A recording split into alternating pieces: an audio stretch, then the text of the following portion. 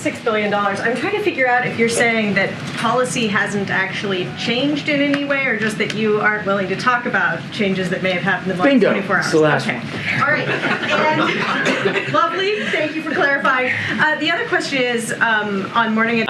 Okay. Yeah, I was going to address your first question, but I think I'm just going to leave it. Well, you could. No, I'm going to leave it. I'm going to leave it. Good job. Thanks. On the $6 billion, we know that 100 senators were told on Tuesday night that the plan was basically to leave any requests for withdrawals pending indefinitely. And now we know that House Democrats were told by the Deputy Treasury Secretary behind closed doors this morning pretty much the same, with one added layer that there's an agreement with Qatar not to let those funds be dispersed. Why is it that you won't come out and say that the U.S. does not intend to let this money go to Iran? Jacqui, we've always had, since the beginning, we've always had the ability to provide oversight over the disbursement of these funds. We've always had the option, if we wanted it, to look at transactions and to make a call about whether we found it valid or not. That has not changed.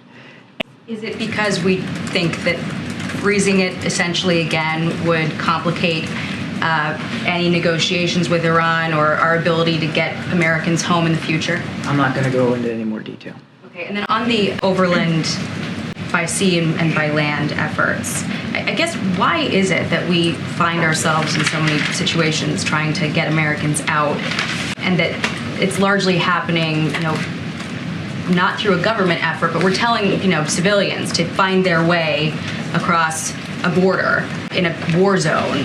Happened in Ukraine, why is it that we found ourselves in that position so many times, it seems? In what position exactly? Where we're directing American citizens to basically find their own way to U.S. help on the other side, whereas you've got other countries that are sending their military in or doing evacuations in a more formal way. Well, first of all, Americans and dual passport holders live all over the world. Sometimes they choose to live in places where bad things happen. We're not in a position of lecturing to Americans where they can go live, work, or travel, recreate. Number two, they don't have to tell us that they're there. So sometimes it's really hard to get a sense of what the population is. Is the concern about publicly addressing the $6 million as now being frozen a concern that it would suggest culpability on the part of Iran on these specific events? And is that too volatile a statement for the U.S. government to make publicly, since clearly it's being communicated privately to lawmakers and others? Again, I don't have anything more to add on this, Kelly. All I can tell you is we haven't seen any specific evidence that Iran was